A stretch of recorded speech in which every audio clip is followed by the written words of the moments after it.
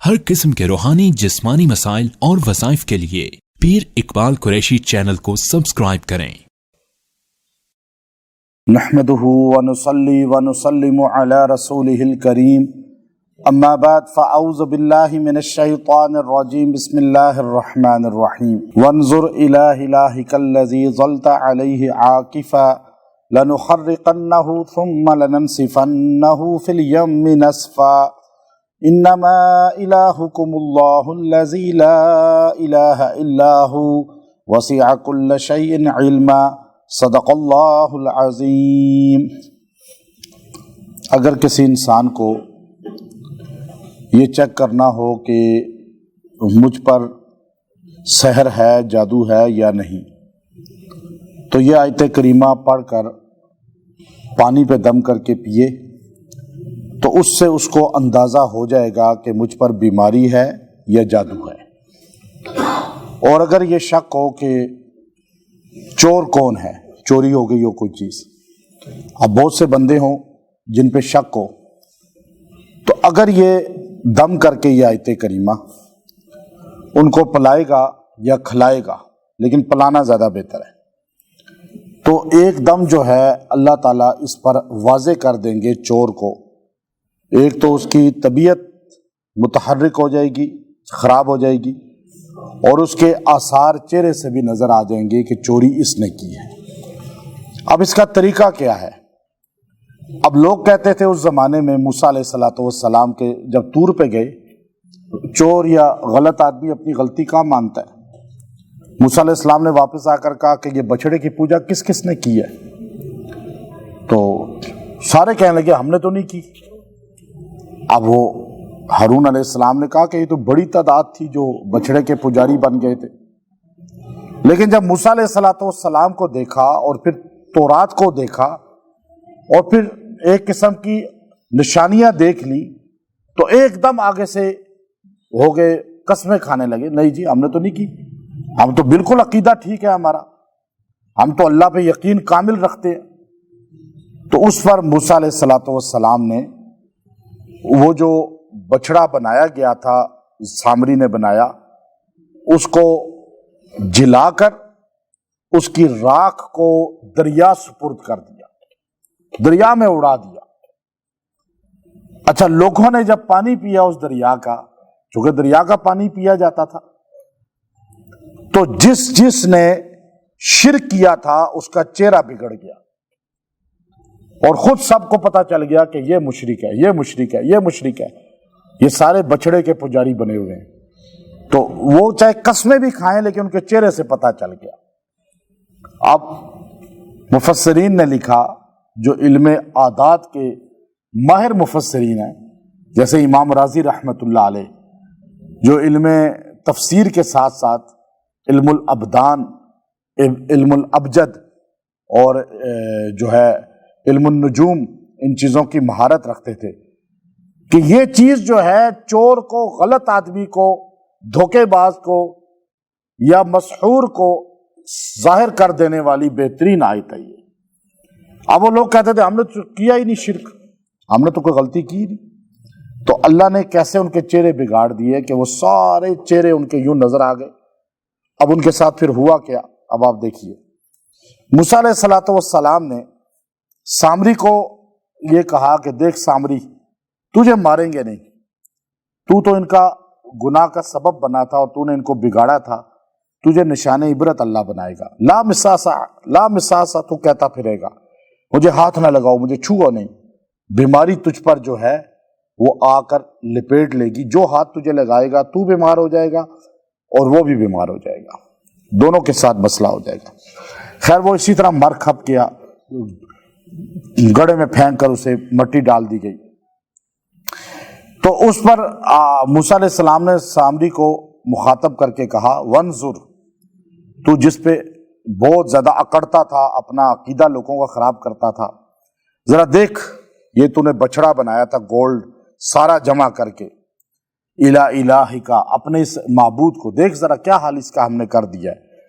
الذی ظلت علیہ عاکفا، جس کے تو سارا دن طواف کرتا تھا، اعتکاف کرتا تھا، اس کے آگے یوں کر کے بیٹھتا تھا، اور اس کا سجدے کرتا تھا، اس کے آگے جھکتا تھا۔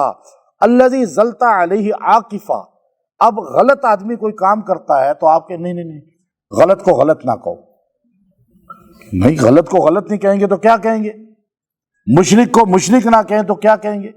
موسیٰ علیہ السلام نے صاف کہا کہ دیکھ الذی ظلت علیہ عاکفا، تو جس کا ہر وقت اعتکاف کرتا تھا اور اس کے ساتھ ہاتھ باندھ کے بیٹھتا تھا، دیکھ ذرا ہم نے اس کے ساتھ کیا کیا ہے۔ اب اس کا بیڑا غرق کر دیا ہم نے، اور وہ مدد نہیں کر سکا اپنی۔ جو اپنی مدد نہیں کر سکتا وہ تمہاری مدد کیسے کرے گا؟ اب یہ ایک بہت بڑا چیلنج تھا دنیا کفر کو، جو اللہ کے غیر کو سجدے کرتے ہیں، اللہ کے غیر کے ساتھ جڑ کے بیٹھتے ہیں، ان کو رکوع کرتے ہیں اور ان کی قبروں پہ جو ہے مجاور بن کے بیٹھتے ہیں۔ تو آپ بتائیں اللہ کے غیر اپنی مدد وہ نہیں کر سکتے تو آپ کی مدد کیسے کریں گے؟ تو اب یہ پہلی بات تو کر دی۔ اس کے بعد فرمایا لَنُخَرِّقَنَّهُ، ہم اس کو آگ میں جلا دیں گے، ہم اس کو آگ میں جلائیں گے۔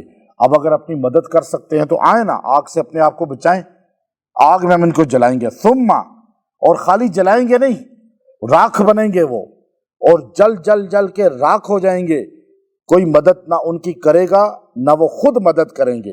اور ثم لننسفنہ، پھر ہم انہیں یوں اٹھائیں گے اور فی الیم، دریا میں پھینک دیں گے۔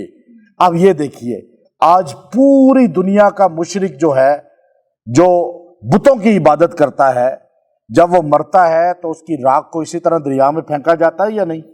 پہلے اسے جلایا جاتا ہے، کیونکہ اس وقت موسیٰ علیہ السلام نے کہا کہ سامری کو کہ تو نے جو شرک کروایا، تیرے معبود کو ہم جلائیں گے، اور جو بھی تیرے معبود کی شرک کی طرح شرک کریں گے اور اس طرح غیر اللہ پہ یقین رکھیں گے، وہ بھی ایسے ہی جلیں گے۔ اب وہ دیکھیں جل رہے ہیں۔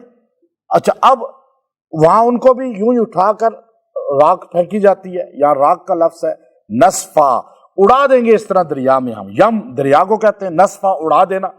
اب یہ راکھ دریا میں ہم بہا دیں گے۔ اچھا، یہ حکمت سمجھ ان کو نہیں آئی۔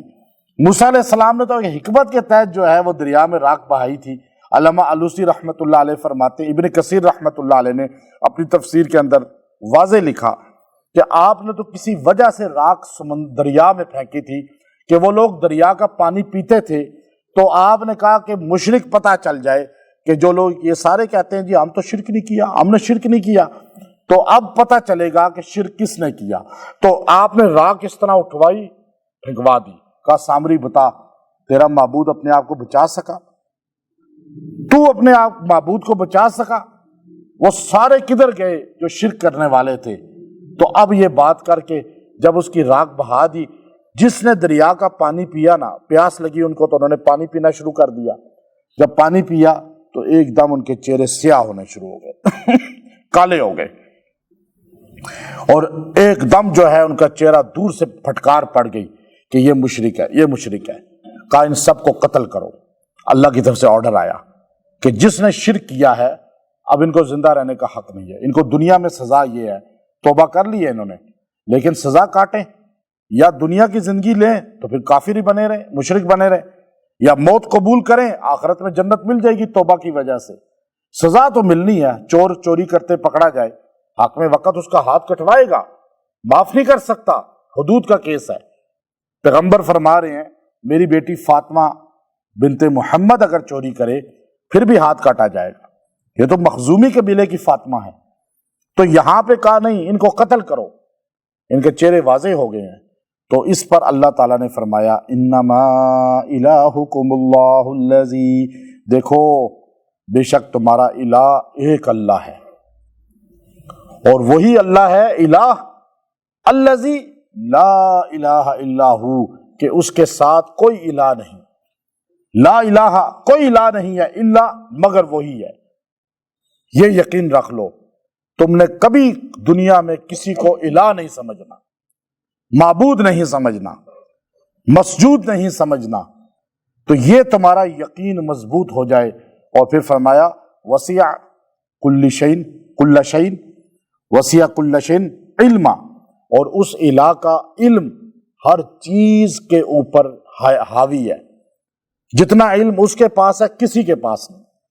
تو یہ تمہارا یقین ہو کہ علم اللہ کے پاس کلی ہے، اور ہمارا الہ صرف وہی ہے، اور کوئی ہمارا معبود نہیں، مسجود نہیں، اور یہ مقصود بھی نہیں۔ تو اب یہ آیت کریمہ جو ہے، آیت نمبر 98 ہے سورہ طٰہٰ کی، 98 نمبر آیت۔ کوئی بندہ پانی لے، اس آیت کو 70 مرتبہ پڑھ کے اس پہ پھونکے اور وہ پیے، اس کو محسوس ہوگا کہ اس کا ذائقہ چینج ہو گیا ہے، تو سمجھ جائے کہ مجھ پہ جادو ہے۔ اور اگر اس کا ذائقہ چینج نہیں ہوا تو پھر سمجھ جائے مجھ پہ بیماری ہے۔ تو اگر جادو ہے یا بیماری ہے، دونوں میں سے ایک چیز تو ہوگی جب کوئی مسئلہ ہے۔ پھر اس آیت کو 70 بار روز دم کر کے 11 دن تک پیتا رہے، تو انشاءاللہ جادو بھی ہوا جڑ سے ٹوٹ جائے گا، بیماری بھی ہوئی جڑ سے ٹوٹ جائے گی۔ اب کوئی بندے کا چوری ہو گئی کوئی چیز، پتہ نہیں چل رہا کہ یہ جو ہے چیز کس نے اٹھائی ہے، یا بہت سے لوگ ہیں، اب آپ کہہ رہے ہیں سارے میرے محب ہیں، لیکن محب ہیں زبانی، اندر سے منافق، دھوکہ دینے والے، نقصان دینے والے، تو آپ ان کو 70 بار یہ 3 دن تک آیت دم کر کے پانی پہ پلا دیں، انشاءاللہ 3 دن میں جو دشمن ہے، دھوکہ دے رہا ہے، آستین میں سانپ بن کے بیٹھا ہوا ہے، وہ آپ کے سامنے یوں کھل کے آ جائے گا۔ اور جو چور ہے 3 دن میں اس کی طبیعت خراب، چہرہ متغیر، عجیب اس کی حالت ہو جائے گی، اور آپ کو نظر آ جائے گا کہ یہ پکڑ میں آ گیا ہے۔ یہ آیت کریمہ بنی اسرائیل کے چوروں کو پکڑوانے کے لیے اللہ نے اتاری۔ بنی اسرائیل کے وہ چور جو اللہ کے چور تھے، نبی کے ساتھ بھی چوری کی، اللہ کی توحید میں چوری کی، نبی کی اطاعت میں چوری کی، اور مانتے نہیں تھے، نہیں جی ہم نے تو شرک نہیں کیا۔ آج بھی کوئی مانتا ہے غلطی کر کے تو آپ اس کو پھر کیا کریں گے کہ یہ آیت کریمہ، اب دیکھیے اس کا اللہ نے نزول کر کے بتایا ہمیں وہی چیزیں ہیں۔ تو انشاءاللہ آپ کو جادو سے بھی جان چھوٹے گی، بیماری سے بھی چھوٹے گی، چوروں سے اور منافقین سے بھی جان چھوٹے گی۔ یہ آیت کریمہ بہت ہی پر تاثیر، پر طاقت ہے۔